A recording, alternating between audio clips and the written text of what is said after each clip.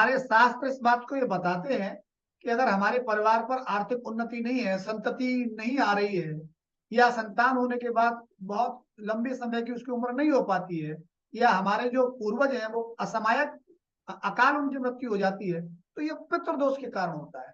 पितृदोष के उपाय शास्त्रों में नागबलि इत्यादि हैं और सब लोग उनको करते हैं। अकाल मृत्यु हो तो या पूरी आयु की मृत्यु हो, हम सभी लोग अपने धार्मिक संस्कारों को करते ही करते हैं। इसके बावजूद भी पितृदोष नहीं मिटता है, ये मैंने अनुभव किया है। उसका कारण है, उसका कारण ये है कि अब हमारे ब्राह्मण उतने ज्यादा मांत्रिक नहीं रहे। हाँ वो मंत्र की शक्ति से उतने चैतन्य नहीं है। उन ब्राह्मणों का अपने अंदर जो पितृलोक है उससे कोई संपर्क नहीं है, वो उस विज्ञान को नहीं जानते हैं। इसलिए बाहर से तो वो अपना तर्पण आदि करा देते हैं, लेकिन भीतर से वह तर्पण हमारे पितरों को तृप्त नहीं कर पाता है। तो पितृ हैं, असंतुष्ट हैं, आप उनको तृप्त करने का संस्कार करते हैं, लेकिन आपके मनोबल, ज्ञान बल और साधना के अभ्यास के बल की कमी के कारण आपके माध्यम से उनके पास वह संतोष पहुंच नहीं पाता, श्रद्धा पहुंच नहीं पाती। ब्राह्मण भी मंत्र बल से हीन है आजकल, वो इस प्रक्रिया को जानते नहीं है, तो उनके द्वारा करने पर भी, उनके द्वारा भी वह तृप्ति का जो भाव है उन पितरों के पास नहीं पहुंच पाता है। देखिए, अगर आपका किसी से भी झगड़ा हो जाता है तो केवल दो ही रास्ते हैं कि या तो आप उससे क्षमा मांगिए और वो आपको क्षमा कर दे, तो आपका संबंध फिर स्थापित हो जाएगा। और उसके वास्तव में क्षमा करने पर उसका आपके प्रति कोई क्रोध नहीं रहेगा, आप सचमुच क्षमा कर दी जाओ। एक दूसरा तरीका यह है कि आप इतने समर्थ हो जाइए कि अगर वो क्रोध भी करता है, गुस्सा भी करता है, तो आप उसकी सामर्थ्य से बाहर चले जाओ, वो आपका कुछ नहीं बिगाड़ पाए। और यह संबंध दो व्यक्तियों के बीच में शुरू होता है, चाहे वो पति पत्नी हो, भाई बहन हो, पिता पुत्र हो, मित्र हो, कोई संबंध हो। एक से दो होने पर दोनों के बीच के संबंध में तभी समस्या का समाधान होगा, या तो एक जो नुकसान पहुंचाने वाला हो उसकी ताकत कम हो और जिस पर नुकसान करना हो उसकी ताकत बहुत ज्यादा हो, तो कोई कुछ नहीं कर पाएगा आपका। या जो व्यक्ति नुकसान पहुंचाने वाला हो, आप उसे क्षमा मांगिए और वो आपको सचमुच क्षमा कर चुका हो। केवल ये दो अवस्था हैं जिन अवस्था में आपका संबंध पुनः एक जैसा हो जाता है। हमारे पितृ भी हमको नुकसान पहुंचाने की क्षमता रखते हैं, ऐसा ऐसा उनका नियम है, और उसके पीछे कोई और कारण नहीं है। मैं इसको इस दृष्टि से देखता हूं कि ये आपके ही अपने पूर्व जन्मों के संस्कार हैं। ये आपकी भावनात्मक सोच है कि पितृ हमारे हैं। पितृ हमारे नहीं है, पितृ तो वही होते हैं, लेकिन उनसे हमारा संबंध कैसे होता है? जैसे आपका अपने पिताजी से झगड़ा हो गया किसी बात पर और वो बहुत बहुत नाराज हो गए, और उनकी नाराजगी इस हद तक चली गई कि वो आपको बेटी होते हुए भी आपको नुकसान पहुंचा सकती है, आपकी बुराई कर सकते हैं सबके सामने, आपको बेइज्जत कर सकते हैं, आपको संपत्ति से बेदखल कर सकते हैं। जितना भी क्रोध उनके अंदर है वो उसको आपके ऊपर दिखा सकते हैं। तो संबंध होने से कोई अंतर नहीं आता है। हमारा संबंध किस स्तर पर है इससे निर्भर करता है। क्या हमारा संबंध मधुर है? क्या हमारा संबंध मैत्रीपूर्ण है? हम उनके वंश में हैं लेकिन संबंध मैत्रीपूर्ण नहीं है। आप संबंध को ध्यान देते हो, किसी भी जीवात्मा का आने का, जाने का, रहने का, ठहरने का, संबंध बनाने का अपना प्राकृतिक नियम है। वह अपनी प्रकृति के अनुसार आता है, ठहरता है, रहता है, रोगी होता है, सुखी होता है, दुखी होता है, संपन्न होता है, वैभवान होता है, दूसरों का भला करने वाला होता है या दूसरों को नुकसान पहुंचाने वाला होता है। कोई इसमें कुछ नहीं कर सकता कि आपका पति, बेटा, भाई, पिता, माता, दादा कैसे थे। सबके उनके अपने संस्कार हैं। आप उनको संबंध के आधार पर जांचती हो, वो संबंध आपका आधार नकली आधार है। वास्तविक आधार उनके अपने कर्म संस्कार, उनका अपना जीवत्व चेतना का उनका अपना विकास है। आप थोड़ा सा विचारवान बनिए। अगर उनका कोई संबंध होता तो वो आपके साथ शरीर में रहते। जिस दिन शरीर छूट गया सभी संबंध खत्म हो गए। अब वो जिस लोक में गए होंगे वहां पर वो अपना संबंध बना रहे होंगे, पुत्र पुत्रियां किसी के बने होंगे या आगे बनने बनाने वाले होंगे। हर शरीर को धारण करने के बाद एक स्वतंत्र प्रक्रिया चलती है, पैदा होना, बड़ा होना, जिस जिस योनि में जन्म मिलता है उसके अनुसार जीवन जीना, और उसी योनि की तमाम तरह की घटनाओं में अपने शरीर को छोड़ देना। आप उससे, आप दोनों या आप सब लोग उनसे इमोशनली अटैच्ड हो गए हो, आपके दिमाग में ये बढ़ गया है, तो आप उसको ठीक ढंग से समझिए। वो आपके पित्र हैं, बहुत अच्छा संबंध है, लेकिन पित्र होने के साथ साथ वो एक स्वतंत्र जीवात्मा भी है, और उनका जीवन, उनके सुख दुख, आप लोगों के साथ रहना, आपको दुख पहुंचाना, आपको सुख पहुंचना, ये सब उनके जीवत्व के कारण है। उनके ऊपर जो कर्मों का बंधन पड़ा हुआ है, जो बंधन आपके ऊपर पड़ा हुआ है, उसके कारण आप एक दूसरे के संपर्क में आए हो। इसीलिए वो आपके इस जीवन में माता पिता बने। वो अपना काम करके चले गए, जल्दी चले गए, देर में चले गए, सुख पहुंचाया, दुख पहुंचाया।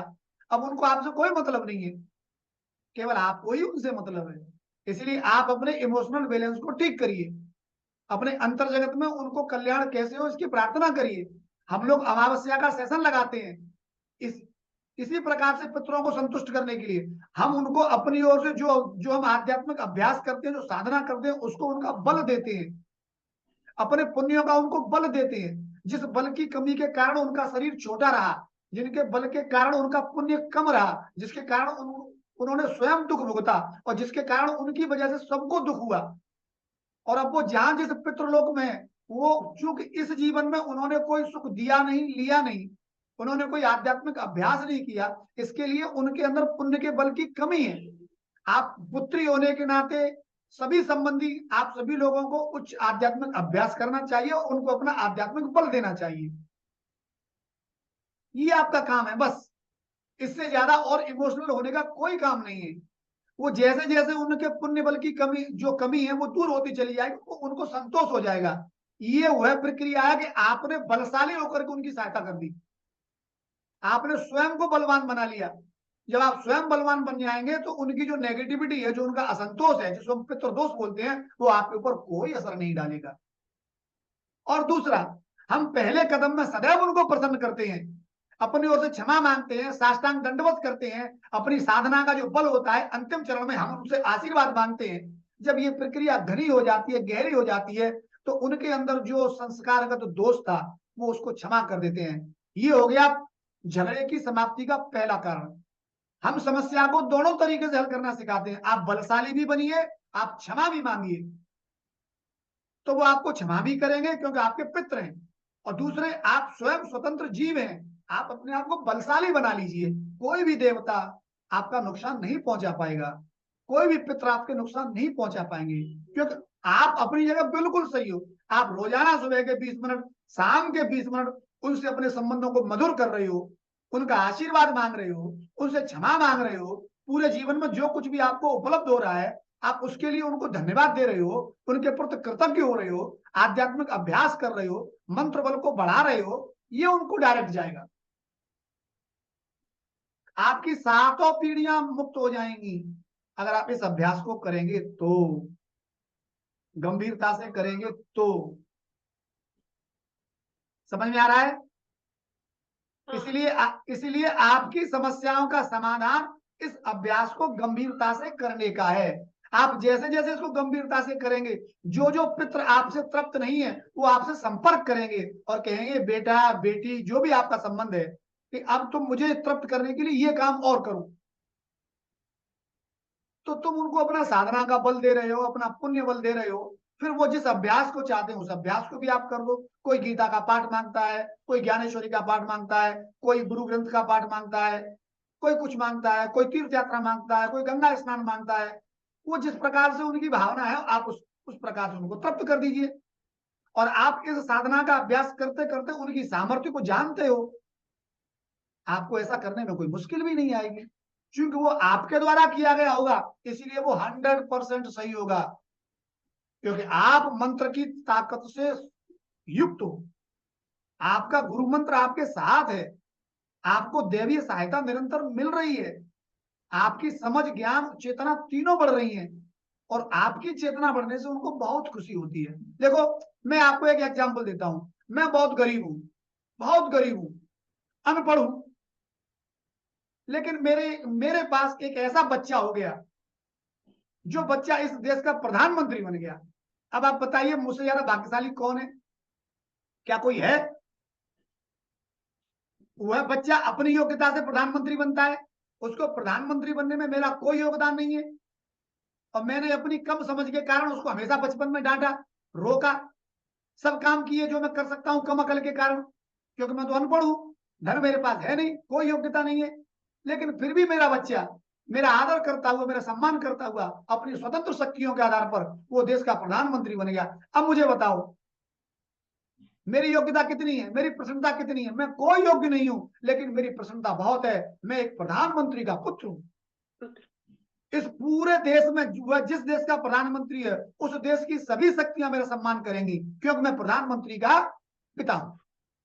उसी प्रकार से जब आप इसका अभ्यास करते हो तो आपका बल इतना बढ़ जाता है कि उनको पितृलोक में भी बहुत संतोष का अनुभव होता है कि मेरा पुत्र, मेरी पुत्री आध्यात्मिक अभ्यास कर रहा है, बहुत बलशाली हो रहा है। सभी देवी देवताओं से उसके मधुर संबंध है, कुल देवी से मधुर संबंध है, कुल देवता से मधुर संबंध है, सभी गुरुओं से मधुर संबंध है, सभी ऋषियों से मधुर संबंध है, सभी शक्तियों से उसके मधुर संबंध है। सभी शक्तियां उसको जानती हैं, वो सब शक्तियों को जानता है, मुझे भी जानता है, मेरा भी सम्मान करता है। मैं जब उसके साथ उसके परिवार में था तब मैंने उसको कोई सुख नहीं दे पाया, और इसका उनको दुख रहता है। लेकिन चूंकि उन्होंने शरीर छोड़ दिया है तो उनकी चेतना पितृलोक में कुछ समय के लिए रहती है, तो उनको आपके अभ्यास से संतोष मिलता है। इसीलिए इसका अभ्यास करने पर आपको पितृदोष से मुक्ति मिल जाती है। और ज्यादा आपको पीड़ा लगती हो, थोड़ा इमोशनल आपको ऐसा लगता होगा आपको कुछ करना चाहिए, तो आप सत्यजीत से संपर्क कर लीजिए। वो प्रत्येक अमावस्या को दिव्य पितृ तर्पण का अभ्यास कराता है। दिव्य पितृ तर्पण का अर्थ है ध्यान युक्त, तपस्या युक्त, साधना युक्त तर्पण करना। वह तर्पण कोई वस्तुओं से नहीं होता है, वो कोई पिंडदान नहीं कराता है, उसको मैंने सिखाया है और वो मेरे संरक्षण में करता है। और ऐसा करने से हमने बहुत सारे पितरों को मुक्त होते हुए जाते देखा है।